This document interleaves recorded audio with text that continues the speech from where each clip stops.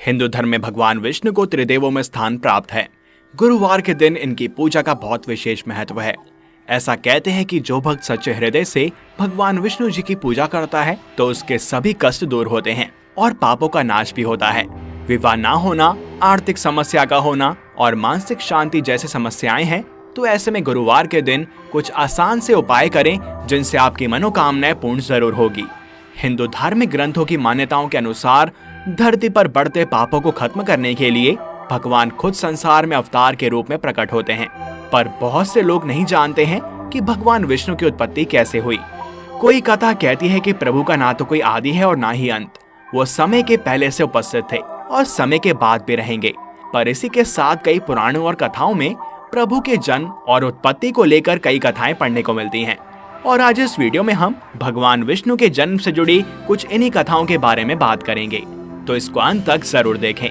परंतु आगे बढ़ने से पहले यदि आप चैनल पर नए हैं तो इसको सब्सक्राइब कर लें और बेल आइकन को भी प्रेस कर लें और हमारे साथ बोलें नारायण नारायण नारायण नारायण। तो चलिए कथाएं आरंभ करते हैं। शिव पुराण के अनुसार भगवान शिव ने ही विष्णु को उत्पन्न किया है। चिरकाल में भगवान सदाशिव और माता आदिशक्ति वार्तालाप कर रहे थे कि तभी भगवान सदाशिव ने माता आदिशक्ति से कहा कि हे देवी, मैं चाहता हूँ कि भूमंडल में दूसरा व्यक्ति भी हो। तब माता दुर्गा ने कहा, हे प्रभु, आपकी सोच में संशय कैसा? आप सृष्टि के पालनहार हैं। आपने सृष्टि की भलाई के लिए ऐसा सोचा होगा। उस समय भगवान सदाशिव ने देवी दुर्गा के संवाद को सुनकर अपने वाम अंग पर अमृत स्पर्श किया। इससे एक पुरुष की उत्पत्ति हुई जिसके तेज से पूरा ब्रह्मांड प्रकाश में हो गया था। शक्ति के प्रताप से विष्णु जी का आविर्भाव हुआ। वे अद्वितीय थे, कमल जैसे नयन, चतुर्भुजी और कौस्तुभ मणि से सुशोभित। सर्वत्र व्यापक होने के कारण उनका नाम विष्णु पड़ा। कथा के अनुसार भगवान शंकर ने कहा कि लोगों को सुख देने के लिए ही मैंने तुमको उत्पन्न किया है। कार्य साधना के लिए तुम तप करो। परंतु शंकर जी के दर्शन नहीं हुए। फिर उन्होंने तप किया। उनके शरीर से तमाम जल की धाराएं निकली। हर तरफ पानी पानी हो गया और तभी उनका नाम नारायण पड़ा और उन्हीं से सब तत्वों की उत्पत्ति हुई।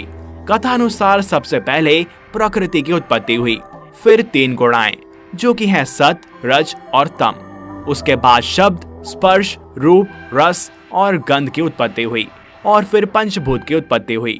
अब बात करते हैं विष्णु पुराण की। विष्णु पुराण के अनुसार भगवान विष्णु निराकार परब्रह्म हैं, जिनको वेदों में ईश्वर कहा है। चतुर्भुज विष्णु को सबसे निकटतम मूर्त एवं मूर्त ब्रह्म कहा गया है।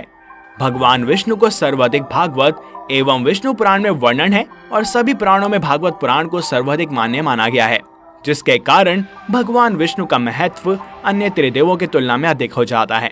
गीता अध्याय 11 में विश्व स्वरूप विराट स्वरूप के अतिरिक्त चतुर्भुज स्वरूप के दर्शन देना यह सिद्ध करता है कि परमेश्वर का चतुर्भुज स्वरूप सुगम है। ऋग्वेद एवं अन्य वेदों में भी अनेकों सूक्त विष्णु को समर्पित हैं, जिसको विष्णु सूक्त भी कहा गया है। ऋग्वेद में सर्वप्रथम स्वतंत्र रूप से भगवान विष्णु को मंडल 1 से सूक्त 22 में वर्णन आया है, जिसमें भगवान विष्णु के वामन अवतार के 3 पक्ष से 3 लोक मापने का वर्णन है। अन्य ऋग्वेदिक सूक्त में भगवान विष्णु के वर्णन है, जिसमें भगवान विष्णु को इंद्र का मित्र एवं व्रत के वध हेतु इंद्र की सहायता करना वर्णित है, जिससे त्रिदेव में भगवान विष्णु की महत्ता समझ आती है। हिंदू धर्म के आधारभूत ग्रंथों में बहुमान्य पुराण अनुसार विष्णु परमेश्वर के 3 मुख्य रूपों में से एक रूप हैं। पुराणों में त्रिमूर्ति विष्णु को विश्व या फिर जगत का पालनहार कहा गया है। त्रिमूर्ति के अन्य 2 रूप ब्रह्मा और शिव को माना जाता है। ब्रह्मा जी को जहाँ विश्व का सृजन करने वाला माना जाता है, वहीं महादेव को संहारक माना गया है। मूलतः विष्णु और शिव तथा ब्रह्मा भी एक ही हैं। यह मान्यता भी बहुशः स्वीकृत रही है। न्याय को पराश्रय, न्याय के विनाश तथा जीव की परिस्थिति के अनुसार उचित मार्ग ग्रहण के निर्देश हेतु विभिन्न रूप में अवतार ग्रहण करने वाले के रूप में भगवान विष्णु माने रहे हैं। ऋग्वेद तथा ब्राह्मणों में उपलब्ध संकेतों को पुराणों में पर्याप्त परिवर्धन हुआ, कथात्मक भी, विवरात्मक भी और व्याख्यात्मक भी। पुराणों ने इस जगत के मूल में वर्तमान, नित्य, अजन्मा, अक्षय, अव्यय, एक रस तथा हे के अभाव से निर्मल परब्रह्म को ही विष्णु की संज्ञा दी है। वे प्रकृति से भी श्रेष्ठ हैं। अंतरात्मा में अवस्थित परमात्मा, परम श्रेष्ठ तथा रूप, वर्ण आदि निर्देशों तथा विशेषणों से रहित हैं। वे जन्म, वृद्धि, परिणाम, क्षय और नाश इन विकारों से रहित हैं। वे सर्वत्र व्याप्त हैं और समस्त विश्व का उन्हीं में वास है। इसलिए विद्वान उन्हें वासुदेव कहते हैं।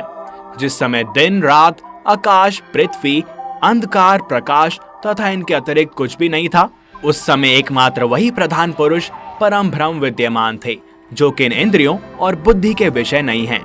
सृष्टि के आरंभ में ब्रह्मा जी को विष्णु जी ने जो मूल ज्ञान स्वरूप चतुश्लोकी भागवत सुनाया था, उसमें भी यही भाव व्यक्त हुआ है। सृष्टि के पूर्व केवल मैं ही था, मेरे अतिरिक्त ना स्थूल था और ना ही सूक्ष्म, ना दोनों का कारण अज्ञान। जहाँ यह सृष्टि नहीं है, वहाँ मैं ही मैं हूँ, और इस सृष्टि के रूप में जो प्रतीत हो रहा है वह भी मैं ही हूँ, और जो कुछ बचा रहेगा वो भी मैं ही हूँ। इन संदर्भों से भगवान विष्णु के सर्वोच्चता तथा सर्वनियंता होने की भावना स्पष्ट परिलक्षित होती है। भगवान विष्णु के सर्वश्रेष्ठता का यह तात्पर्य नहीं है कि शिव या फिर ब्रह्मा आदि उनसे न्यून हैं। ऊंच नीच का भाव ईश्वर के पास नहीं होता। वो तो लीला में सृष्टि संचालन हेतु सगुण होने के प्राथमिकता मात्र हैं। इसलिए वैष्णव हो या शैव, सभी पुराण तथा महाभारत जैसे श्रेष्ठ ग्रंथ एक स्वर में घोषित करते हैं कि ईश्वर एक ही है। कहा गया है कि भगवान जनार्दन जगत की सृष्टि, स्थिति और संहार के लिए ब्रह्मा, विष्णु और शिव इन तीन संज्ञाओं को धारण करते हैं। अनेकत्र विष्णु तथा शिव के एक ही होने के स्पष्ट कथन उपलब्ध होते हैं। इस वीडियो में बस इतना ही। आपको इनके बारे में यह जानकर कैसा लगा, हमें कमेंट्स में अवश्य बताएं। और अगर आपको ये वीडियो पसंद आई हो तो इसे लाइक करें तथा अन्य भक्तों के साथ शेयर करें। साथ ही चैनल को सब्सक्राइब और बेल आइकन को प्रेस करना ना भूलें। मिलते हैं आपसे अगली वीडियो में और भी अद्भुत कथाओं के साथ। तब तक के लिए हरि ओम।